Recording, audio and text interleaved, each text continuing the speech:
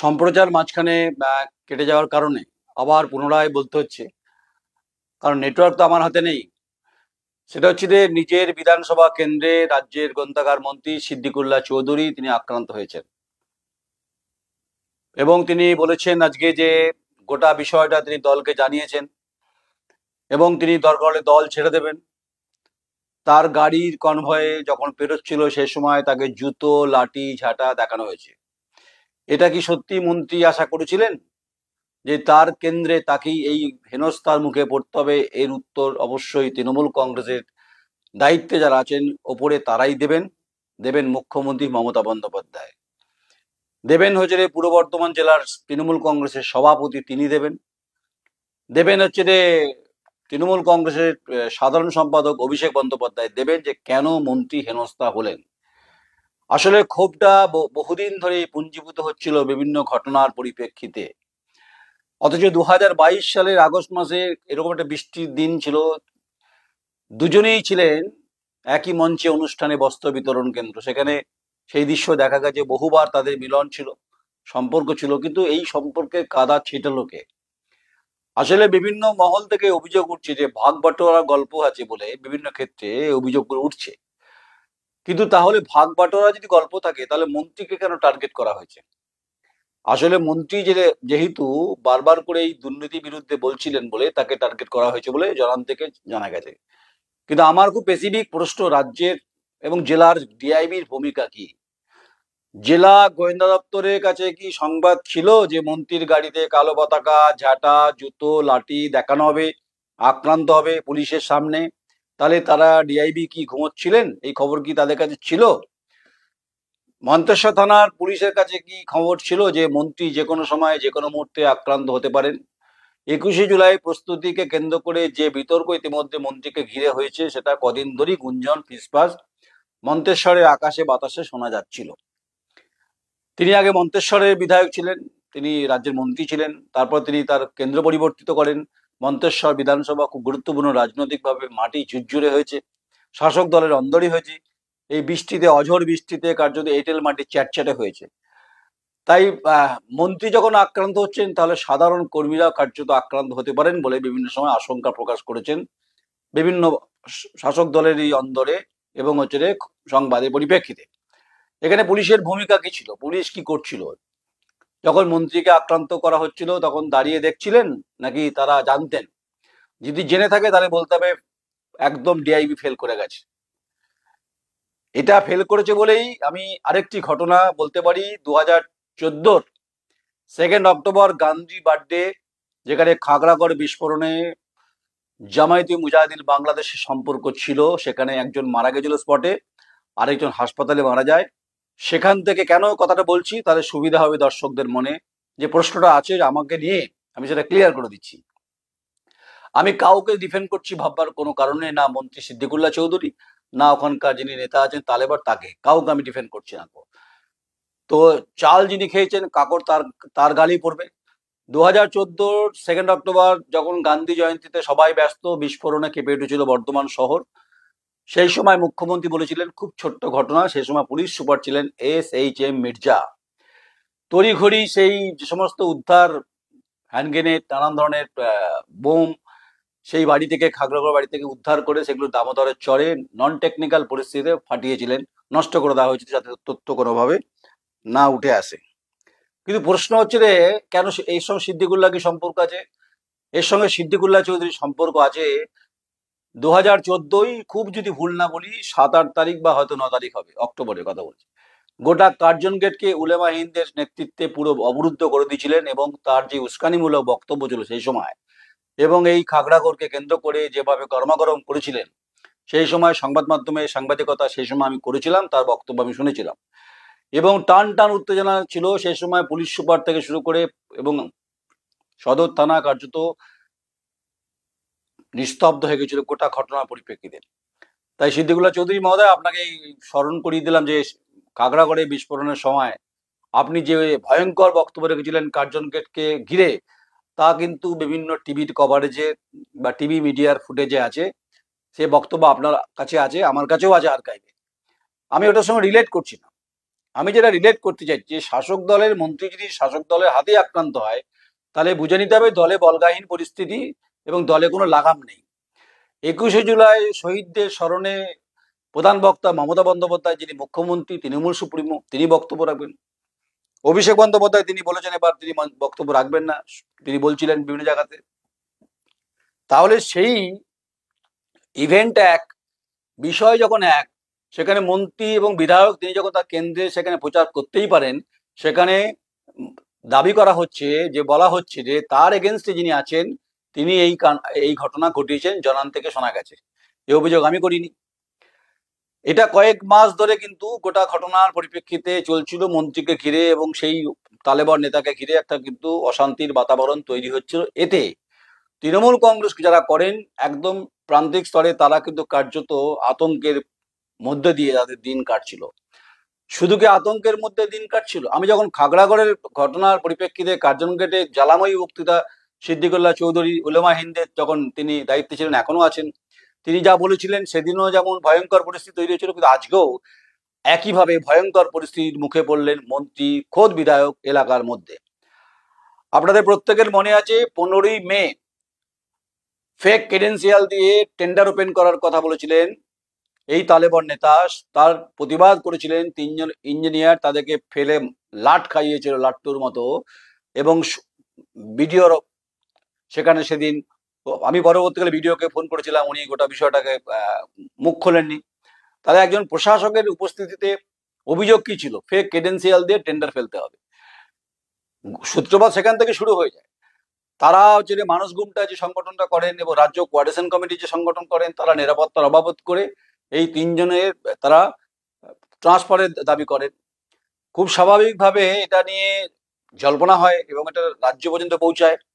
একজন বর্ধমান সদরে তিনি চলে আসেন, তিনি ডেপুটেশনে মন্তেশ্বরে ছিলেন ইঞ্জিনিয়ার, আর 2জন ছিলেন তারা হচ্ছে যে কানলায় পোস্টিং ছিলেন, কিন্তু পরবর্তীকালে তাদেরকে জেলা প্রশাসনের সর্বোচ্চ কর্তা তাদেরকে ট্রান্সফার করান। এটা খুব বেদনার, এটা খুব লজ্জার, যার ফলে মন্তেশ্বরের উন্নয়নটা কার্যত ইঞ্জিনিয়ার বিহীন উন্নয়ন করাটা খুব মুশকিলের ব্যাপার আছে। আসলে অভিযোগটা বিভিন্ন স্তর থেকে উঠছিল, জমির ওয়াকআপ, বিভিন্ন শাসানি, বিভিন্ন সালিসি সভাকে কেন্দ্র করে পরপর ঘটনা ঘটছে, এবং যার বিরুদ্ধে অভিযোগ উঠছে তিনি বিরাট তালেবান নেতা, তার সঙ্গে বহু নেতার ভালো সম্পর্ক, এবং তিনি বিভিন্নভাবে চেষ্টা করছিলেন সংবাদ মাধ্যমে নয়ন রায়কে, দ্য কোয়েরিকে বুঝে নেবেন বলছিলেন। যদিও তার মুখ থেকে শুনতে পাইনি, আমি আশা করেছিলাম তিনি অন্তত আমাকে বলবেন যে আপনাকে মন্তেশ্বরের মাটিতে বুঝে নেবো। আপনারা যদি মন্ত্রী সিদ্দিকুল্লাহ চৌধুরীকে বুঝে নিতে পারেন, তাহলে আপনারা আমাকেও বুঝে নিতে পারবেন, কিন্তু সেটা গণতন্ত্রের ফোর্থ পিলার, এটা যেন ভুলে যাবেন না আপনি। তাই এঁটেল মাটি যতই চ্যাটচ্যাটে হোক না কেন, আমি কিন্তু সিদ্দিকুল্লাহ চৌধুরী নই, আমি কিন্তু নয়ন রায়। দ্য কোয়েরি একটি ছোট মাধ্যম, খায় না মাথায় দেয়, এই প্রশ্নটা যখন করছেন, আমি আপনাকে বলছি এই ছবিটা ভালো যে গেল না। বাংলার যে রাজনৈতিক যে প্রেক্ষাপট, যে পটভূমিকা তৈরি হয়েছে, যে মন্ত্রীকে এলাকার মধ্যে হেনস্থার মুখে পড়তে হলো। এখন দেখা যাক, পদ খুব ইম্পর্টেন্ট, মোহময় পদ, লোভনীয় পদ, আদৌ তিনি মন্ত্রিত্ব ছাড়েন কিনা, নাকি মমতা বন্দ্যোপাধ্যায় মুখ্যমন্ত্রী কোনো অ্যাকশন নেন কিনা, এটা দেখার আছে। কারণ বর্ধমানে প্রশাসনিক বৈঠক হবে, খুব শিগগিরই হওয়ার সম্ভাবনা আছে। তাই পুলিশ সুপারের কাছে এই সংবাদ যখন এসে পৌঁছেছে, খুব স্বাভাবিকভাবে পুলিশকে রিপোর্ট দিতেই হবে, এবং জেলা শাসক কাছেও খবর গেছে, কারণ মন্ত্রী আক্রান্ত হয়েছেন, এটা তো বড় ব্যাপার। তিনি দলের মধ্যে আক্রান্ত যদি হচ্ছেন যখন, তা তো বড় খবর অবশ্যই, সংবাদটা সমস্ত টিভি চ্যানেল সংবাদ করছে, তার আমি তার ব্যতিক্রম কেন? আসলে ব্যতিক্রম এ কারণেই, এই জমি এবং জল হচ্ছে গন্ডগোলের কেস। তাই বিভিন্ন ঘটনার, আর্থিক তছরূপের ঘটনার পরিপ্রেক্ষিতে এবং ফেক ক্রেডেন্সিয়ালের মতো ঘটনার পরিপ্রেক্ষিতে এই দানা বাঁধছিল ক্রমশ, বেশ মুসুরির ডালের মতো। সেখানে মন্ত্রীর সঙ্গে লড়াই ছিল, এবং বিভিন্ন পঞ্চায়েত থেকে 10%, 12%-এর ভাগ বাটোয়া গল্প আছে। তো আসলে হাব কিসে যে কাম নেই, এটা চলছিল কদিন ধরে খুব মন্তেশ্বরের মাটিতে। আমি গোটাটা অবজারভেশনের মধ্যে ছিলাম, আমি সংবাদ বারবার করেছি, আমার কাছে প্রচুর তথ্য এখনো আছে।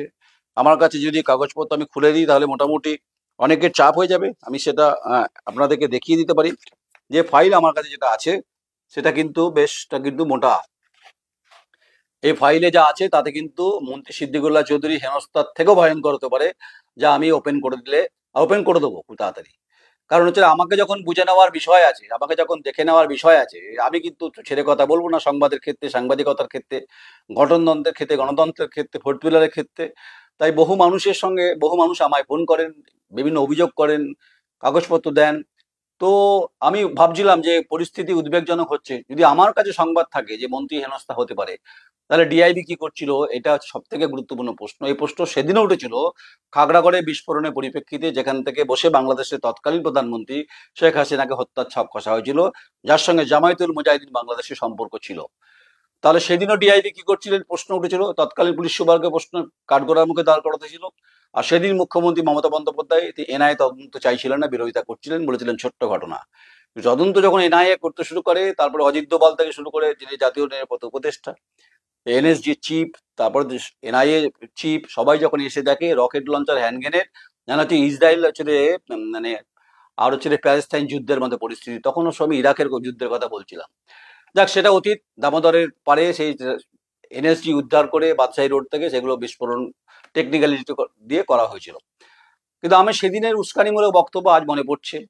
তাই ইতিহাস কাউকে কোনোদিন যেমন ছেড়ে দেয় না, তাই আপনাকে হেনস্থা হতে হলো এই বয়সে এসে, এবং আপনার যে রাজ্য স্তরে এবং জাতীয় স্তরে আপনার যে যোগাযোগ, সেটা নিশ্চয়ই আপনার যে সংগঠন বা যে আপনি যেখান থেকে রাজনীতিটা করতেন, এবং আপনি আজ যে কথা বলেছেন সেটা বাস্তবে আদৌ কতটা মুখ্যমন্ত্রী মমতা বন্দ্যোপাধ্যায় অ্যাকশন কি নেন। কারণ রাজ্যের সভাপতি সুব্রত বক্সী বলছেন আপনার সঙ্গে কথা হয়েছে, আপনি বলছেন, আমি কিছু বলছি না।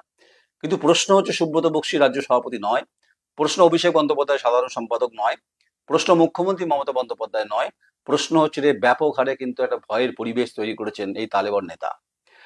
তাই বিভিন্ন মাধ্যম দিয়ে বর্তমানে আমার কাছে সংবাদ আসছে যে সংবাদ থামাও, নাহলে তোমাকে এরকম বুঝে নেবো।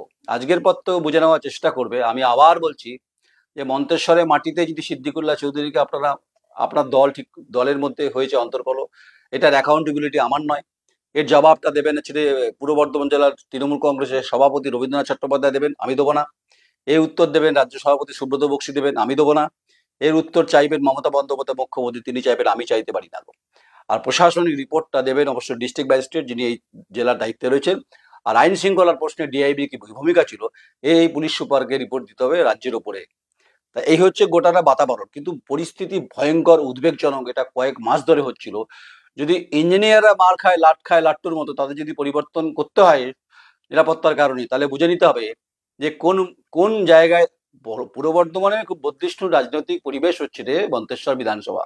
আমি জানি কই মাছের গল্প আছে, কই মাছের ঘটনা আছে, তিনি এখন প্রয়াত হয়েছেন, আমি তার নাম উচ্চারণ করতে চাইছি না। আমি বলছি না বাম প্রাণ ধোয়া তুলসী পথ, আমি সে কথা বলতে চাইছি না। কিন্তু এটা ঘটনা, যখন অল পার্টি মিটিং হয়েছিল 17 তারিখে, 17 জুন সম্ভবত, 24 তারিখে আপনাকে ভিডিও কারে চিঠি দিয়েছিলেন ওসমান গনি, যিনি এখানে সিপিএম এর প্রার্থী হিসেবে দাঁড়িয়েছিলেন 21শে বিধানসভা নির্বাচনে, যে আমরা নিরাপত্তাহীনতায় ভুগছি। কারণ হচ্ছে বুথের ব্যাপার ছিল, যেখানে সিসনা বিদ্যালয়ে বুথের ট্রান্সফার করলে সুবিধা হয়, কারণ 2 কিলোমিটারের মধ্যে কোনো বুথ নেই, এবং সেখানে সন্ত্রাসের অভিযোগ তারা তুলেছিল। তারা লিখিত অভিযোগ করেছে, সে সংবাদ পরিবেশিত করেছি। আবার বলছি যে বহু গ্রাম পঞ্চায়েতের প্রধানের কারনামা আমার কাছে যা আছে তথ্য সমেত, একদম পুঞ্জীভূত মেঘের মতো যা ঝরঝর করে বৃষ্টি হতে পারে, তাতে হাম কিসি সে কম নেই মুভি যদি দেখানোর চেষ্টা চলে।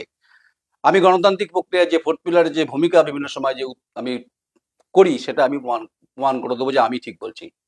তাই পয়সা জিসনে খায়া জবাব উনকোই দেনা পড়েগা, পয়সা হামনে নেই খায়া। তো গ্রামের উন্নয়নের ক্ষেত্রে যে আর্থিক তহবিলের যে বিভিন্ন অভিযোগগুলো আমার কাছে এসে পৌঁছেছে, বিভিন্ন নাম করে বলতে পারি আমি, কিন্তু আমি বলবো না। তাই মন্তেশ্বর বিধানসভা আমি গোটারাই নজরে রেখেছি।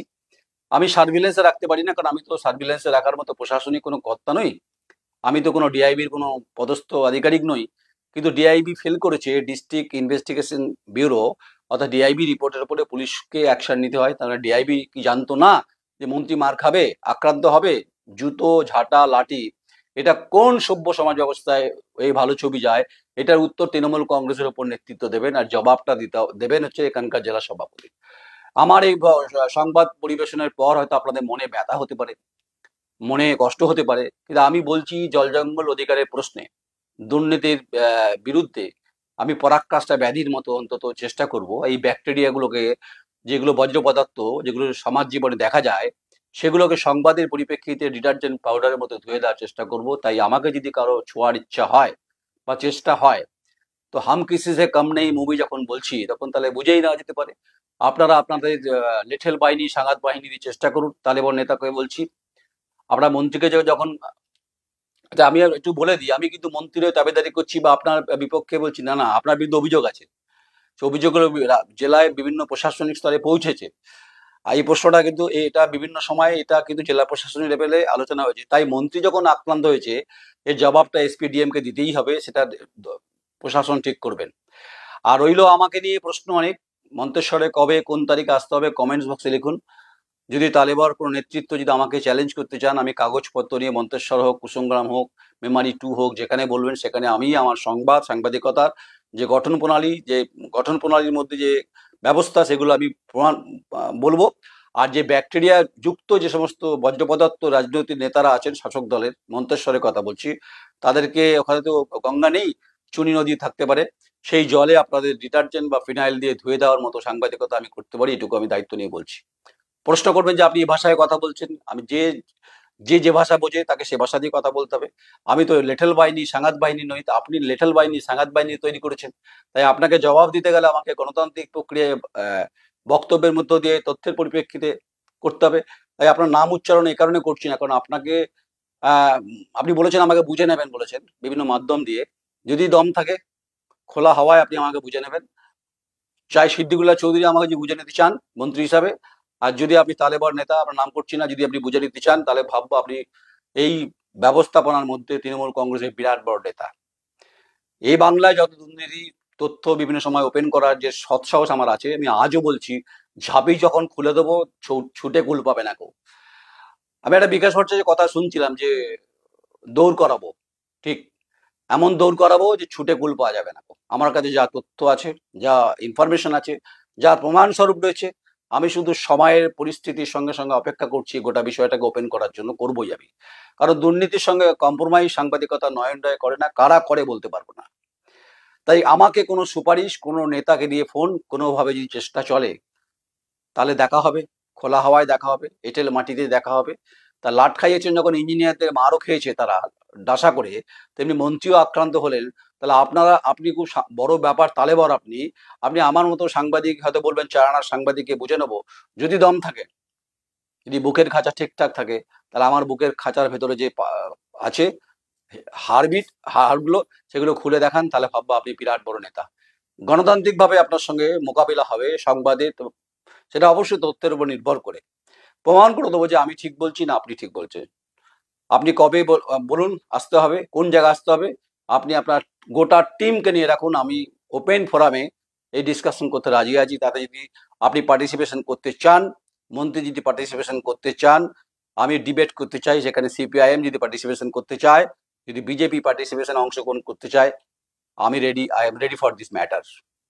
তাই ঘুণধরা পচনশীল ব্যবস্থার সঙ্গে যুক্ত যে সমস্ত নেতা নেতৃত্ব, যাদের কাঁড়ি কাঁড়ি টাকা বিভিন্নভাবে পাচার হচ্ছে বিভিন্ন ক্ষেত্রে, বিভিন্ন দুর্নীতির ফাইল যখন নবান্নে এসে পৌঁছচ্ছে, আর সেখানে মন্ত্রী যখন লাট খাচ্ছে লাট্টুর মতো, প্রশ্ন তো পুলিশের ভূমিকা নিয়ে উঠবেই উঠবে।